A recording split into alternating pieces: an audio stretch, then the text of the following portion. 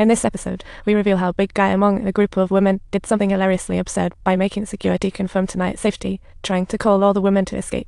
Security guarded outside the mansion like robots, while a skinny ghost-like figure slid by Kadelia. To sneak past security, Kadelia found a big fish tank and slowly moved along the inner wall as someone outside skipped stones on the glass talk about fish in its element. So the shark didn't bat an eye, unless you add blood, watch out. Things simplified, the Big Guy woke to sort of spills his valiant artwork. He slipped from the women, found dead guards, picked up guns, and discovered a blue flower in the tank, crafty indeed. Took a deliberate deep breath, but at that very moment, Kadelia showed up with an unloaded gun in her hand. Oh no. This scene led the man to experience an abrupt comedy at the Caribbean villa. Hit the headlines as the day's big news. Mr. Stephen from the CIA received a special call from FBI Ross, who wanted to see his masterpiece. But he needed a CIA VIP pass, and Stephen refused, saying he wouldn't disclose any insider info over the phone without a formal request. Next, Stephen felt like a hot potato and immediately called Louis Guy Mark, suspecting that the FBI was hot on his trail, so he needed immediate resolution, and Mark told his men to ask every Colombian they met to find his family's address. On Ross' side, he started looking in on the one in the cell, while that woman dodged every camera like a ninja. Yet Ross still believed the killer couldn't possibly be a woman into Kadelia. This day, he wanted to get to the bottom of some girlfriend's secrets, like her parents and where she came from, but those questions just got dodged like they were black holes. The next morning, the boyfriend made breakfast and snapped his girlfriend's profile, taking gossip spirit to the next level. Uncle was furious as Miami News said 8 people met to jokey fate when his friend a tragic joke. Louis' men began knocking. Knowing Kadelia sought her enemies, they had to avoid trouble. Meanwhile, Danny chatted casually with his friend about his girlfriend. He showed his friend a photo, stepped out to argue parking with a cop, when the friend grabbed his phone and instantly sent it to his sister at the station. The sister wanted to check everything about the girl. She meant no harm, just hoped her brother could find love, but someone accessed the database. One picture matched the suspect. Ross quickly searched, dispatching federal agents, Chicago. The third cop ordered to escort someone out, but Kadelia sat with her grandma, praying peacefully in church, astonishingly calm. On the way back, Grandma felt Kadelia had grown up the only little darling at home when trouble struck. Mark found them, sent his sister back to her desk, now occupied by agents comparing photos. They confirmed the girl was the assassin and found her boyfriend Denny, and the love log blew up. They immediately tapped their conversation, locked the location after sweet nothings, and Ross dispatched the lightning squad.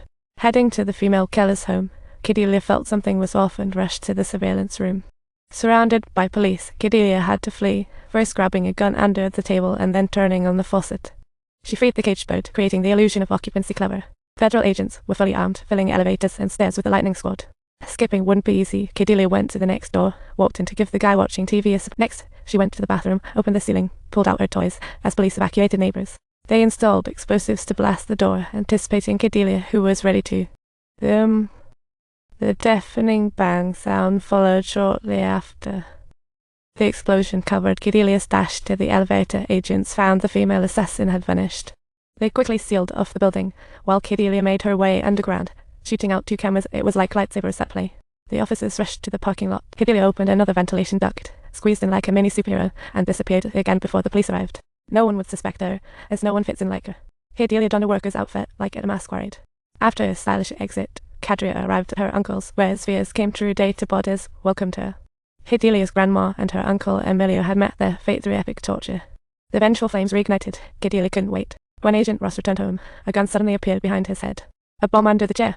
Stunned by 23 assassinations, he realized she was no ordinary girl. Tiny girl killed 23. Kadelia said she wanted to be good as a child, but Louis, at 9, right in front of her, killed her parents. Ross suddenly realized the orchid was not pointing to the police, but to draw out Louis. Kadelia demanded Ross help find Louis' address, otherwise her family would be disappearing one by one. Ross had seen the girl's skills before. After Kadelia left, he went to the CIA. When he found Steve, he said his family would disappear one by one without Louis' address, but Steve refused.